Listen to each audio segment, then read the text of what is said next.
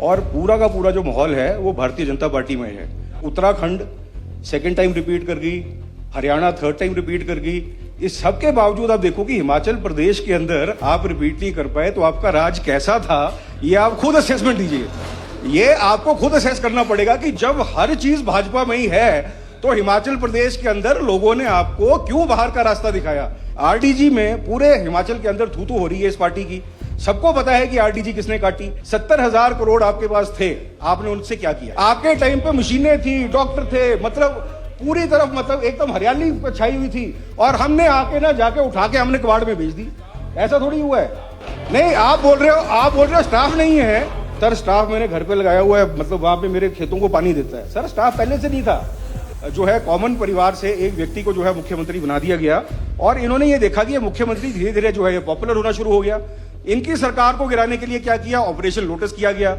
Operation lotus में क्या हुआ कि वो औंधे मुंह गिरे। उसके बाद क्या हुआ कि अगर आप सरकार भी नहीं गिरा सकते, अगर मुख्यमंत्री को हटा नहीं सकते, तो कहीं ऐसा ना हो जाए कि ये 2027 में दोबारा रिपीट कर ले।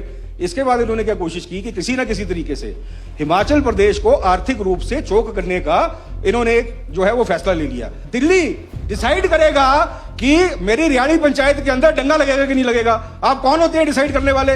ट्रेड डील का आप समर्थन करते हैं कि विरोध करते हैं। अगर आप समर्थन करते हैं तो आप हिमाचल का विरोध करते हैं। प्रधानमंत्री जी यहां पर आए और आकर 7-8 महीने पहले हमको 1500 करोड़ का एक पैकेज दे गए। आज तक उस पैकेज की फूटी कौड़ी नहीं आई। अब आप मेरे को ये बताइए, जो बीवी से करे प्यार वो प्रेस्टीज से कैसे करे इनकार। छोटी सी लाइन थी। मैं भी आपको यही बोलना चाहूंगा, जो हिमाचल से करे प्यार वो आरडीजी से कैसे करे इनकार। आप सोच के तो देखो। अध्यक्ष महोदय, इस सदन में बहुत कुछ सीखने को मिलता है। आज से कोई 2 दिन पहले माननीय सदस्य परमार जी ने एक सूचना दी थी यहाँ पर कि 28 राज्यों में से 20 राज्यों में जो है या तो भारतीय जनता पार्टी की या एनडीए की सरकार है। मुझे नहीं पता था, मतलब इतनी ज्यादा है। उसके अलावा इन्होंने ये भी बोला कि केंद्र के अंदर भी जो है भारतीय जनता पार्टी की सरकार है। उसके अलावा ये भी बोला गया कि हिमाचल प्रदेश के अंदर जो है वो 4 जो हमारे एमपी हैं वो भी भारतीय जनता पार्टी के हैं, और पूरा का पूरा जो माहौल है वो भारतीय जनता पार्टी में है। और हाँ जी, राज्यसभा की 2 और सर, और मैं आपको सपोर्ट में कहता हूं कि उत्तराखंड सेकेंड टाइम रिपीट कर गई, हरियाणा थर्ड टाइम रिपीट कर गई। इस सब के बावजूद आप देखो कि हिमाचल प्रदेश के अंदर आप रिपीट नहीं कर पाए, तो आपका राज कैसा था ये आप खुद असेसमेंट दीजिए। ये आपको खुद असेस करना पड़ेगा कि जब हर चीज भाजपा में ही है तो हिमाचल प्रदेश के अंदर लोगों ने आपको क्यों बाहर का रास्ता दिखाया। ये ना सर, गलती नहीं महसूस की। ये आप देखो, आप फिर खड़े हो गए आप सर। बेसिकली ये एक ऐसी सरकार थी, ये भारतीय जनता पार्टी की एक ऐसी सरकार थी जिसके पास लगभग 47,000 करोड़ जो था वो आरजीडी का पैसा था, आरडीजी का। इनके पास लगभग 13,000 करोड़ जो था वो आपका जीएसटी कॉम्पनसेशन का पैसा था। लगभग 70,000 करोड़ का पैसा जो था इनके पास अतिरिक्त था, जो किसी भी सरकार के पास आज से पहले नहीं था। और एक और पॉइंट जो उन्होंने बोला कि मनमोहन सिंह जी ने आरडीजी कम दी, मोदी जी ने आए तो आरडीजी बढ़ा दी। तो आरडीजी, जैसे कि मुख्यमंत्री महोदय जी ने आप बता ही दिया है कि रेवेन्यू डेफिसिट ग्रांट का मतलब ये है कि जो मेरी इनकम है और जो मेरा खर्चा है उसके बीच का जो गैप है वो मैंने पैसा देना है। सर 1980-81 के अंदर हिमाचल प्रदेश का जो रेवेन्यू था वो था 212 करोड़, सिर्फ 212 करोड़, और जो हमारा एक्सपेंडिचर था वो था 232 करोड़। हमारा रेवेन्यू डेफिसिट था 20 करोड़। तो उस टाइम के इंदिरा गांधी जी 10,000 करोड़ दे देती हमको। तो ये तो बोलने की कहानी है कि किसी भी फिगर को अगर भ्रामक तरीके से अगर दिखाया जाए तो बिल्कुल बहुत बड़ी लगती है। ये एग्जैक्टली वैसे ही है जैसे कि हम विश्व की तीसरी सबसे बड़ी अर्थव्यवस्था बन गए हैं। साहब 100 लोग मिलकर अगर 100 रुपया कमाते हैं तो हर व्यक्ति के हिस्से में 1 रुपया आता है। अगर 10 लोग मिलकर 100 रुपया कमाते हैं तो हर व्यक्ति के हिस्से में 10 रुपए आते हैं। तो बड़ा कौन हुआ? क्या बड़ा 100 रुपए वाला हुआ जो 100 वाला है या 10 वाला है? ये वही भ्रामक प्रचार है जो कि आप आरडीजी के बारे में किया, मतलब करने की कोशिश की जा रही है। आरडीजी में पूरे हिमाचल के अंदर थू-थू हो रही है इस पार्टी की। सबको पता है कि आरडीजी किसने काटी। पनगड़िया जी को तो आपने एक बेसिकली एक मोहरा बनाया हुआ है। आरडीजी काटने वाले जो है वो दिल्ली की गद्दी के ऊपर विराजमान है।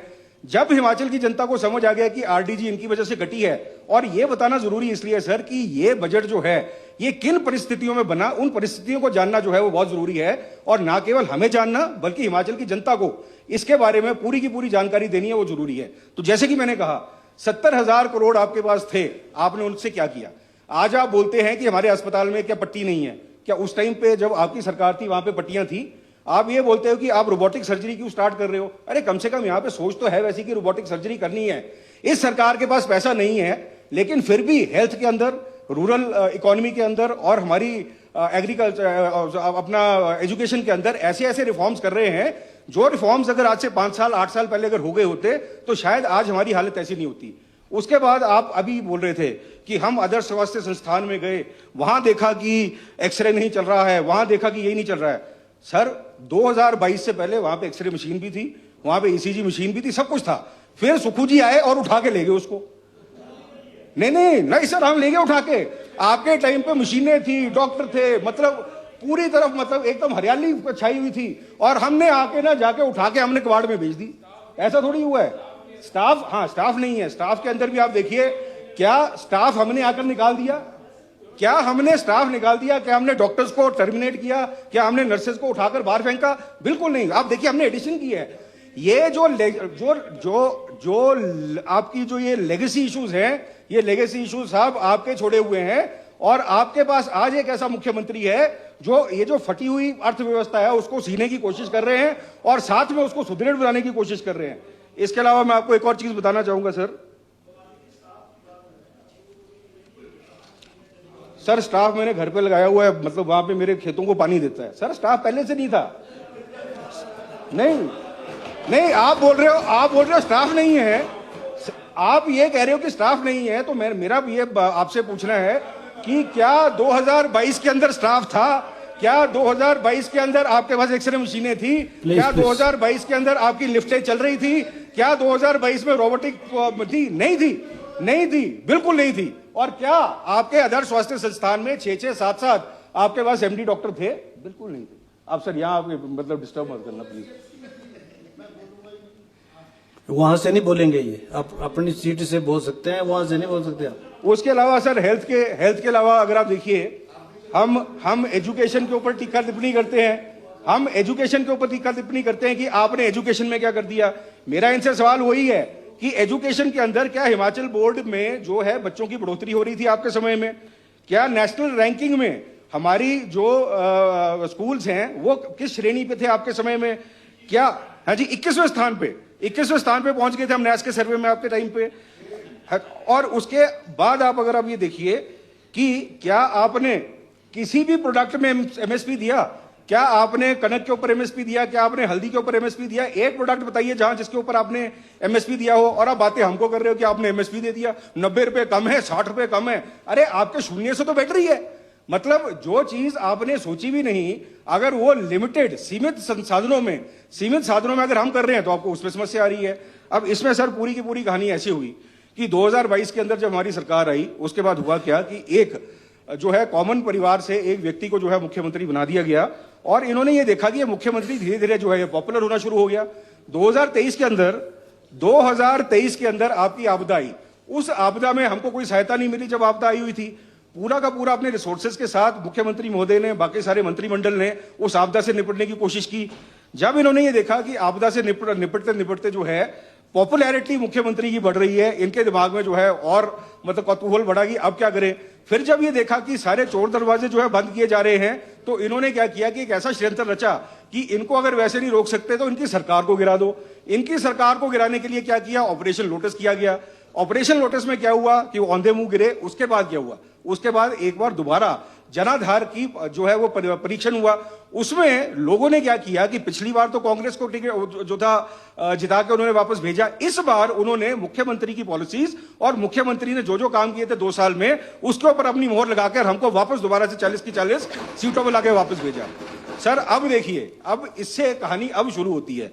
कहानी कहां शुरू होती है कि अगर आप सरकार भी नहीं गिरा सकते, अगर मुख्यमंत्री को हटा नहीं सकते, तो कहीं ऐसा ना हो जाए कि ये 2027 में दोबारा रिपीट कर ले। इसके बाद इन्होंने क्या कोशिश की कि किसी ना किसी तरीके से हिमाचल प्रदेश को आर्थिक रूप से चोक करने का इन्होंने एक जो है वो फैसला ले लिया। चाहे आप 16th फाइनेंस कमीशन की बात कीजिए या जिस भी आप उसकी बात कीजिए, एक डिसीजन जो है ये हिमाचल प्रदेश के विरोध में जो है ये केंद्र सरकार जो है आज तक लेती आई है। सबसे पहले सर मनरेगा की बात मैं करूंगा दोबारा से। मनरेगा ये कहते हैं सिर्फ नाम बदला है। सर मनरेगा का नाम नहीं बदला, मनरेगा की आत्मा को, मनरेगा के शरीर को जलाकर नष्ट कर दिया है इन्होंने। वो कैसे कि हमारे पास हिमाचल प्रदेश के अंदर लगभग 6,000 करोड़ हम ड्रॉ करते थे केंद्र सरकार से हर साल अपने गांव के विकास के लिए, और उस विकास का जो निर्धारण था वो निर्धारण करता था हमारे गांव का अंतिम पंक्ति में बैठा हुआ व्यक्ति। राधे श्याम ये बोलता था कि मुझे अपनी जो है 15 मीटर की सड़क जो है मैंने पक्की करवानी है, वो जाकर आम जलास में जाकर वो अपना प्रस्ताव रखता था। उस प्रस्ताव का जो है फिर शेल्फ कोड बनता था, शेल्फ कोड बनने के बाद ब्लॉक से उसको ऑथराइजेशन मिलती थी और उसका काम का एग्जीक्यूशन मनरेगा के थ्रू हो जाता था।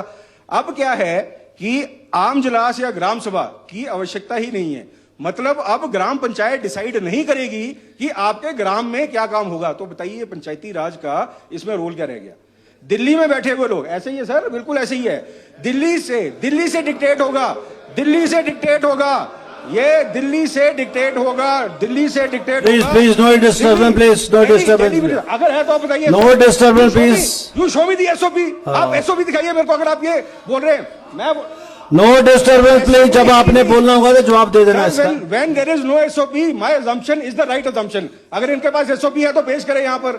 सो दिल्ली डिसाइड करेगा कि मेरी रियाणी पंचायत के अंदर डंगा लगेगा कि नहीं लगेगा। आप कौन होते हैं डिसाइड करने वाले? फिर कहते हैं कि हमने तो सिर्फ इसका नाम चेंज किया है। इसके बाद सर इनका एक और मानना है कि हम 90-10 स्टेट हैं। 90-10 स्टेट का मतलब यह है 6,000 करोड़ जो मैं ड्रॉ कर रहा हूं, आज उस 6,000 करोड़ को ड्रॉ करने के मुझे फूटी कौड़ी नहीं देनी पड़ती। 90-10 स्टेट का मतलब यह है वो 6,000 करोड़ ड्रॉ करने के लिए मुझे 600 करोड़ लाना पड़ेगा। हम कहां से लेके आएंगे आप बताइए? तो मनरेगा ऑटोमेटिकली नाम चेंज होने के बाद खत्म हुई कि नहीं हुई? आप कैसे बोल रहे हैं मनरेगा का सिर्फ नाम चेंज हुआ है? आपने पूरा का पूरा 70-30 नहीं था सर, 0 है मनरेगा में। 0 के ऊपर हम वो लेते हैं, 0 आप चेक कर लीजिए। मंत्री महोदय बैठे हैं, he will reply to that. We don't pay anything for it, we don't pay anything for it. बोलिए। और ये मनरेगा के बाद सर, मनरेगा के बाद उसके बाद क्या हुआ जी? ये फाइनेंशियल चोकिंग, क्योंकि 90% हिमाचल प्रदेश की आबादी जो है वो गांव में बसती है, मनरेगा के ऊपर निर्भर है, और मनरेगा इन्होंने बंद कर दी। सेकंड चीज उन्होंने बंद की, ये कहते हैं आरडीजी बंद हुई। सर सिर्फ आरडीजी बंद नहीं हुई है, मैं आपको बताता हूं। सेंट्रल ग्रांट्स में 6 प्रकार की ग्रांट्स आती थी: disaster management, rural and local body, urban body, revenue deficit, sector specific, state specific. 16th finance commission has shut down 3 revenue deficit grant बंद। 6,000-7,000 करोड़ हमारा साल का बंद हो गया। सेक्टर स्पेसिफिक ग्रांट्स जो कि कभी पावर में आती थी, कभी वाटरवेज के लिए आती थी, कभी किसी के लिए आती थी, सेक्टर स्पेसिफिक ग्रांट्स इन 16th फाइनेंस कमीशन बंद हो गई हैं। और तीसरा स्टेट स्पेसिफिक जो ग्रांट्स हैं वो भी बंद हो गई हैं। तो सिर्फ आरडीजी बंद नहीं हुआ, वो आप अगर देखिए फाइन प्रिंट के अंदर 6 में से 3 ग्रांट्स जो हैं ये बंद जो है वो कर दी गई हैं। Financial choking of states which do not cater to their ideology, और उसमें हिमाचल प्रदेश एक अगली नंबर की जो है वो स्टेट जो है उभर के आती है। दूसरी चीज सर ट्रेड डील। अब ये ट्रेड डील जो है, ट्रेड डील में मतलब हमारे मतलब अब ये बोलेंगे कि नहीं ऐसा बात नहीं है। ट्रेड डील के अंदर यूएसए के साथ जो ट्रेड डील हुई है, न्यूजीलैंड के साथ जो ट्रेड डील हुई है, यूरोप के साथ जो ट्रेड डील हुई है, सीधा खमियाजा हिमाचल प्रदेश को भुगतना पड़ेगा। क्योंकि उसमें जो एप्पल है, एप्पल का trade tariff, non trade tariff, दोनों के दोनों बैरियर्स को हटा दिया गया है। आप बोलिए कि नहीं है? आप बताइए, ये तो लिखा हुआ है वहां पर, both the barriers have been removed. Now that means Washington apple 40 रुपए का जो है वो रोडू में या आपके जो भी मेन मंडीज है वहां पे लैंड कर जाएगा। आपके किसान का जो आपके नहीं है। प्लीज हाँ, सो कोई इंटरप्ट ना करे प्लीज, जब आपका समय आएगा तो जवाब दे देना। My limited point trade deal का आप समर्थन करते हैं कि विरोध करते हैं? अगर आप समर्थन करते हैं तो आप हिमाचल का विरोध करते हैं। 5,000 करोड़ का हमारा सेब का, 5,000 करोड़ का मेरा सेब का जो व्यापार है, ये है सिर्फ रिसीट। अगर मैं वेलोसिटी ऑफ मनी को अगर मैं इसमें लेके चलता हूं, 2,90,000 करोड़ का मेरा जीएसडीपी है। अगर 1 रुपया 5 बार भी अगर टर्न होता है, तो अगर 5,000 करोड़ सेब के जो है व्यापारी के पास आया या किसान के पास आया, उसका उसने टेलीविजन खरीदा, टेलीविजन वाले ने उसकी फीस दी, फीस वाले ने उसको आगे दिया, फिर फाइनली बैंक में चला गया। अगर मैं 5 ट्रांजैक्शंस लेके चलता हूं, 25 से 30,000 crore of my GSDP out of the overall 290 is dependent on Apple, जो कि केंद्र सरकार की इस हरकत ने उसको जो है खतरे पे डाल दिया। यस सर, नीति हरकत नहीं। थर्ड थिंग आपकी आती है सर, हमारा जो 1600 करोड़ की लेंडिंग लिमिट, हमने क्या किया? हमारे से गुनाह ये हो गया कि हमने ये सोचा कि हमारे कर्मचारी जो हैं वो बुढ़ापे में डिग्निफाइड अपनी जिंदगी जिए, उसके लिए जैसे ही हमने ओपीएस जो है मुख्यमंत्री महोदय ने पहली कैबिनेट में लॉन्च की, उसके अगले साल पता चला कि 1600 करोड़ की लेंडिंग लिमिट हमारी जो वो काट दी गई है। ये वो प्रदेश है जो 2 बार हम आपदा से जूझे हैं, और 2 बार आपदा से जूझने के बाद हमारे माननीय प्रधानमंत्री जी यहां पर आए और आकर 7-8 महीने पहले हमको 1500 करोड़ का एक पैकेज दे गए। आज तक उस पैकेज की फूटी कौड़ी नहीं आई। अब आप मेरे को यह बताइए कि इस हमारे भारत देश के सबसे पावरफुल व्यक्ति अगर अपने मुंह से अनाउंस करके गए और उसके बाद अगर वो पैसा नहीं दे रहे, तो ये क्या मैलाफाइड मैल इंटेंशन वाली बात है कि नहीं है? या आप ये बोल रहे हो कि नहीं उन्होंने बोला होगा, शायद भूल गए होंगे? ये तो बोलने वाली बात है। और देखिए ना, आप देखिए, इतना आप चीखते हैं, इतना आप चिल्लाते हैं, इतना मीडिया में जाते हैं, इन 4 पॉइंट पे बोलिए ना। ये 4 पॉइंट हिमाचल हित की बात है। ये 4 पॉइंट वो पॉइंट है जिनमें अगर आप बोलेंगे तो आपकी मान, आपका गरिमा, आपका जो है ये प्रतिष्ठा बढ़ेगी। लेकिन आप इन पे नहीं बोलेंगे, आप इन पे नहीं बोलेंगे क्योंकि आप जानते हैं कि भारतीय जनता पार्टी केंद्रीय सरकार जो कर रही है वो गलत कर रही है, लेकिन आप उस गलत के समर्थन कर रहे हैं, और वो भी मौन रहकर। आप देखिए, जब यहां पर सर, जब प्राकृतिक आपदा के टाइम पे जब हमने उसको नेशनल डिजास्टर घोषित करने का जो हमने वो प्रपोजल लेके आए थे, ये वॉकआउट कर गए। इस बार आरडीजी को लेकर जब हमने इसके बारे में बात करी, ये फिर चुपचाप बैठ के मौन रहे। तो मेरा प्रश्न तो सिर्फ इतना ही है कि जो सर, जब प्रेशर कुकर लेने आए थे ना जी, प्रेशर कुकर लेने आए थे तो लोग उनको खरीदते नहीं थे कि ये फट जाते हैं। फिर प्रेस्टीज प्रेशर कुकर आया, उन्होंने बोला कि हमारे इसमें स्पेशल गैस्केट है, ये हमारा कुकर फटेगा नहीं। वो एक ऐड लेके आए और उस ऐड पे एक छोटी सी चीज उन्होंने बोली, और उसके बाद ये प्रेस्टीज प्रेशर कुकर ने हॉकिंस को बड़ी उससे मतलब मार्केट शेयर गेन कर लिया था। वो ये था, जो बीवी से करे प्यार वो प्रेस्टीज से कैसे करे इनकार। छोटी सी लाइन थी। मैं भी आपको यही बोलना चाहूंगा, जो हिमाचल से करे प्यार वो आरडीजी से कैसे करे इनकार। आप सोच के तो देखो, आरडीजी हमारे हक हलाल की कमाई है। रेवेन्यू डेफिसिट, रेवेन्यू मेरा कम ही रहेगा, खर्चा मेरा ज्यादा ही रहेगा, लेकिन अगर इसके बीच में जो एक हमारे को कॉन्स्टिट्यूशन ने एक क्वेश्चन दिया था, अगर केंद्र सरकार उसको बंद कर रही है और आप कुछ नहीं बोल रहे हो, तो इतना आभास तो आपको भी हो गया होगा कि 2027 में कौन आएगा या कौन नहीं आएगा, अब बहुत बड़ा प्रश्न चिन्ह आपने अपने ऊपर ही लगा लिया है।